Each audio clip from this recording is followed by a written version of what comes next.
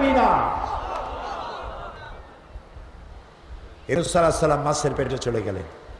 তাফসিরে এসেছে, কোন কোন মুফাসসিরিন লিখেছেন এই মাছটাকে আবার আরেকটা মাছে গিলে ফেলাইছে।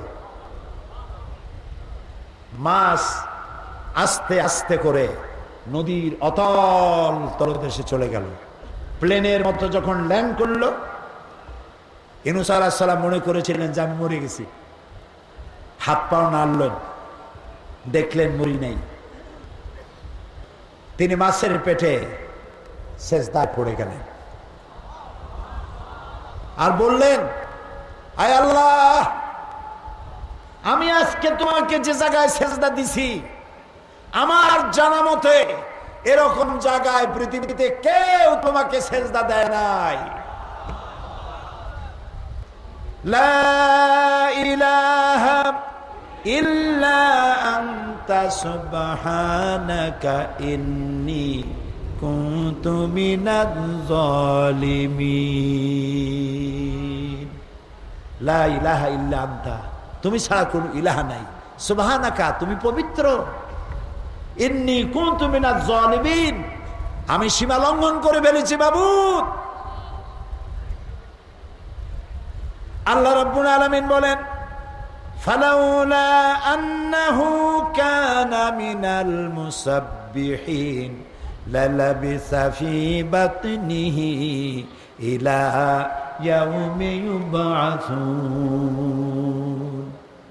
আমার ইউনূস যদি মাছের পেটের ভেতরে যদি আমার কাছে ক্ষমা না চাইতো, কিয়ামত পর্যন্ত মাছের পেটের ভিতরে আমি তাকে রেখে দিতাম।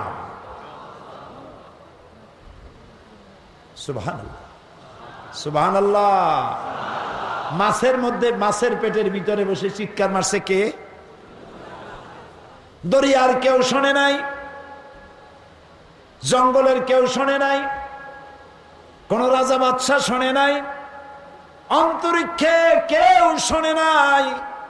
আকাশ আর জমিনের মালিক, আরশে আজিমের মালিক আল্লাহ রাব্বুল আলামিন বলেন, আমি শুনেছি।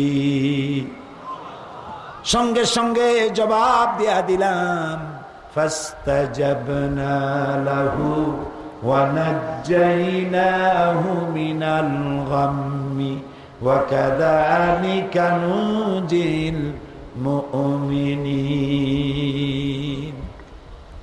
আল্লাহু আকবার। ফাস্তাজাবনা লাহু, ডাকের সাড়া দিলাম। মাছের পেটের ভিতরে যন্ত্রণা শুরু হয়ে গেল। মাছ মনে করলো বমি না করলে বাঁচবো না। ফানাদা ফিজ জুলুমাত, অন্ধকার, অন্ধকার, আরো অন্ধকার, জমায় কাছির, ত্রিবিধ অন্ধকার, রাতের অন্ধকার, মাছের পেটের অন্ধকার, পানির অন্ধকার। এই অন্ধকারের মধ্য থেকে ইউনূস আলাইহিস সালামের ডাক কে শুনেছেন? আল্লাহ রাব্বুল আলামিন ডাক শুনলেন। মাছের পেটের ভিতরে যন্ত্রণা শুরু হলো। মাছ দেখলো বমি করা ছাড়া আমার কোনো উপায় নাই। মাছ বেশি উঠলো, দরিয়ার কিনারে চলে গেল, বমি করে দিল। মাছও বেঁচে গেল, ইউনূস আলাইহিস সালামও বেঁচে গেলে। এদিকে যে কওমকে তিনি ছেড়ে এসেছেন, সেই কওম চিন্তায় পড়লো, আরে আমরা তো ভুল করছি। ইউনূস আলাইহিস সালাম রাগ করে চলে গেছেন, তিনি আল্লাহর পয়গম্বর।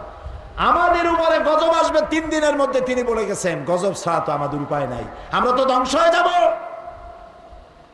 মুফাসসিরিনে কেরাম লিখছেন, জাতি করলো কি জানেন? গোটা জাতি ঐক্যবদ্ধ হলো। সমস্ত মেয়ে লোকদের কাছ থেকে বাচ্চা ছিনাই নিল, মুরগির কাছ থেকে তার বাচ্চা ছিনাই নিল, উটের কাছ থেকে বাচ্চা নিয়ে গেল, গরুর কাছ থেকে বাচ্চা, ছাগলের কাছ থেকে বাচ্চা নিয়ে গেল। সবগুলি আলাদা আলাদা নিয়ে দূরে দূরে বানলো। মা দূরে, সন্তান কাছে নাই। স্ত্রী দূরে, স্বামী কাছে নাই। বাপ দূরে, সন্তান কাছে নাই। গরু বাছুর গুলি, গরু আছে বাছুর নাই, উট আছে বাচ্চা নাই।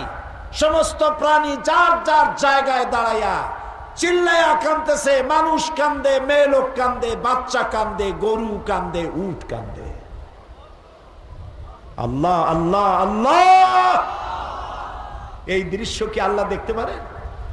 জাতি বলছে আল্লাহ আমরা পয়গম্বরের সাথে বেয়াদবি করছি, আমরা পয়গম্বরের দাওয়াত গ্রহণ করতে পারি নাই, আমরা গোটা মানব জাতি পশু প্রাণী সব কাঁদতেছি, তোমার নাম রহমান রহিম। আল্লাহ রাব্বুল আলামিন তার গজবের সিদ্ধান্তকে পরিবর্তন করে দিয়ে সেখানে আল্লাহ তাআলা তাদের হেদায়েত নসিব করে দিলেন। মুসা আলাইহিস সালামকে, ইউনূস আলাইহিস সালামকে বমি করে ভালানো হলো নদীর তীরে। সূরা আস-সাফফাত আল্লাহ তাআলা বললেন একটা গাছ সেখান থেকে বাইর করে দিলাম, কদু গাছ। কি গাছ? কদু গাছ। মাছের পেটে দীর্ঘদিন থাকার কারণে মাছের দাঁতের কাটা কোটা লাগিয়া গা ছিঁড়ে গেছে, ঘা হয়ে গেছে। এখন যদি পোকামাকড় লাগে, মাছি পড়ে, তাহলে তো ঘা আরো বাড়বে, রোদ লাগলে আরো বাড়বে। কদু গাছ দিলেন কেন? আপনারা লক্ষ্য করে দেখবেন কদু গাছের পাতায় পোকা মাকড় মাছি কিচ্ছু পড়ে না। সুবহানাল্লাহ কইতে ইচ্ছা করে না? কদু গাছ একটা উঠাই দিয়া তার ছায়ার মধ্যে আল্লাহ তাআলা তাকে রক্ষা করলেন। সুতরাং বান্দা যদি তওবা করে আল্লাহ রাব্বুল আলামিন বান্দার তওবা কবুল করেন। এই জন্য আত-তায়েবুন জান্নাতে যাওয়ার জন্য প্রথম বৈশিষ্ট্য, ইসলামের সমস্ত কাজগুলি সঠিকভাবে করতে হবে, যা গত 4 দিন বলেছি। আজকে বলতেছি জান্নাতে যাওয়ার কথা।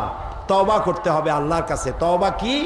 আস্তাগফিরুল্লাহ পড়া শুধু নয়, যিনি যেখানে আছেন, যিনি যে পাপ করেন ওই পাপ স্টপ করতে হবে, আর করা যাবে না। যারা ব্যবসা করেন ওজনে কম দেওয়া যাবে না, খাদ্যে ভেজাল দেওয়া যাবে না, মিথ্যা কথা বলা যাবে না, সুদ খাওয়া যাবে না, ঘুষ খাওয়া যাবে না, ওয়াদা খেলাপ করা যাবে না, সাম্প্রদায়িক সম্প্রীতি বিনষ্ট হতে পারে এমন কাজ করা যাবে না, দেশের মধ্যে নৈরাজ্য সৃষ্টি করা যাবে না, সন্ত্রাসী বোমাবাজি করা যাবে না। সব অপরাধ থেকে তওবা করতে হবে।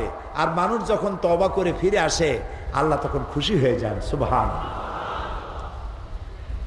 পৃথিবীতে যার কাছে যত বেশি চাবেন সে তত বেশি বিরক্ত হবে, এটা ঠিক কিনা?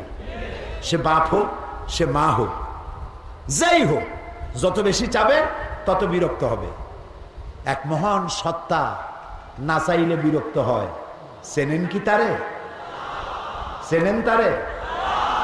हर हमेशा देने को वो तैयार हैं, हर हमेशा देने के वो तैयार हैं, जो न मांगे उससे वो बेजार है।